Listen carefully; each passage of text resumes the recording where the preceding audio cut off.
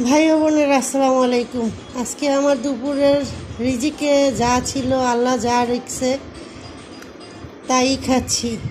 তো হচ্ছে আসলে কালকে রাতে ফ্রিজে ভাত রাখছিলাম, তো দুপুরে মা ছেলে দুজনে খাবো।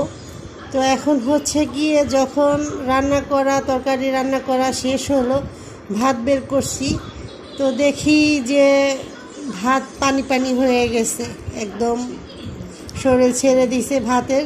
তো এখন আর কি করব, এতগুলো ভাত ফেলে দিব? তো ভাতগুলো ধুয়ে নিয়ে আসছি পানি দিয়ে, আর কিছু পানি দিয়ে নিয়ে নিছি। তো এখন শুকনো মরিচ নিছি এখানে, আর হচ্ছে পেঁয়াজ, এখন এ দিয়ে খাবো। আল্লাহর নেয়ামতে আসলে মানুষের রিজিকে কখন কি থাকে তা তো বলা যায় না। এটা ভাত একটু তখন হয়তো শুকনা খেতাম, আর এখন হচ্ছে একটু পানি দিয়ে খাচ্ছি, আলহামদুলিল্লাহ।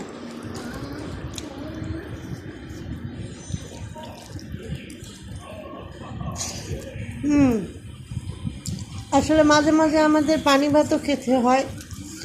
পানি ভাত খাওয়া ভালো শরীরের জন্য, কিছু সমস্যা হবে না, কারণ হচ্ছে এখন গরমের দিন, তো সমস্যা নেই গরমের দিনে পানি ভাত খেলে।